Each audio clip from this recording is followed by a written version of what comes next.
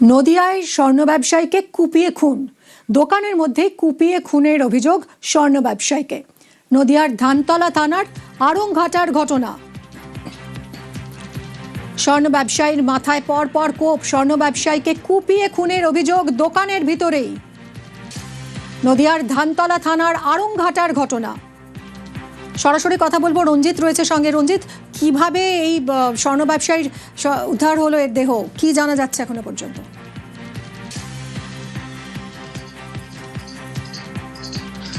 দেখো, প্রতিদিনের মতো নিয়মিতই তিনি যে দোকান বন্ধ করতে রাত 9টার সময়, কিন্তু 9টার পরেও তিনি যখন বাড়িতে ফিরছিলেন না, তখন বাড়ির লোক তার খোঁজ যখন শুরু করে এবং বাজার থেকে আড়ংঘাটা বাজারের মধ্যে তার দোকান, তখন জানতে পারে যে দোকানের মধ্যেই কিছু একটা ঘটনা ঘটেছে।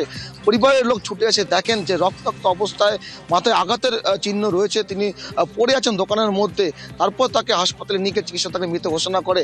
পরিবারের পক্ষ থেকে যে অভিযোগ তোলা হচ্ছে, তাকে খুন করা হয়েছে পরিকল্পিতভাবে এবং ব্যবসায়িক শত্রুতার কারণেই তাকে খুন করা হয়েছে, এমনটা কিন্তু দাবি পরিবারের পক্ষ থেকে করা হয়েছে।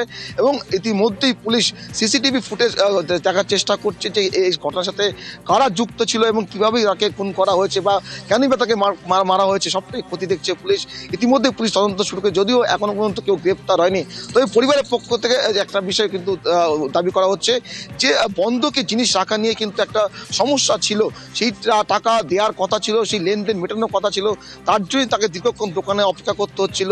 এবং 3 লক্ষ টাকারও বেশি নগদ ছিল দোকানে, পাশাপাশি সিন্ধুকের মধ্যে অনেক গয়না ছিল, সেগুলো কিন্তু লুট করা হয়েছে। ফলে যখন ঘটনা ঘটে সেই সময় তাকে মারধরে, পাশাপাশি তার যে দোকানের মধ্যে থাকা নগদ অর্থ এবং সোনার গয়না, সেটাও কিন্তু লুট করেছে।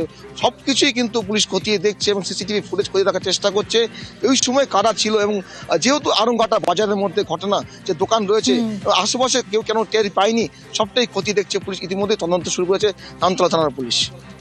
ধন্যবাদ রঞ্জিত।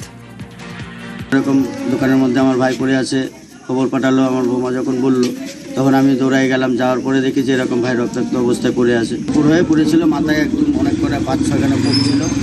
হ্যাঁ, ধারালো অস্ত্র দিয়ে হয়তো কুপিয়েছে। ব্যবসায়িক শত্রুতা ওর সাথে রয়েছে। এবার যাদের কাছে ভাই কিছু টাকা পেত, সেই টাকা পয়সা বললো যে হিসাব দেবে, তার জন্য ভাইকে ফোন করে করে দোকানের মধ্যে বসিয়ে রেখেছে। বসো আসছি, এরকম করে করে ভাই 9টার মধ্যেই দোকান বন্ধ করে দেয়। সেই ভাই কালকে 10টা বেজে যায়, তাও বাড়িতে আসে না। ওই 40 মিনিট 50 মিনিটের মধ্যে ওরা এই কাজটা করে।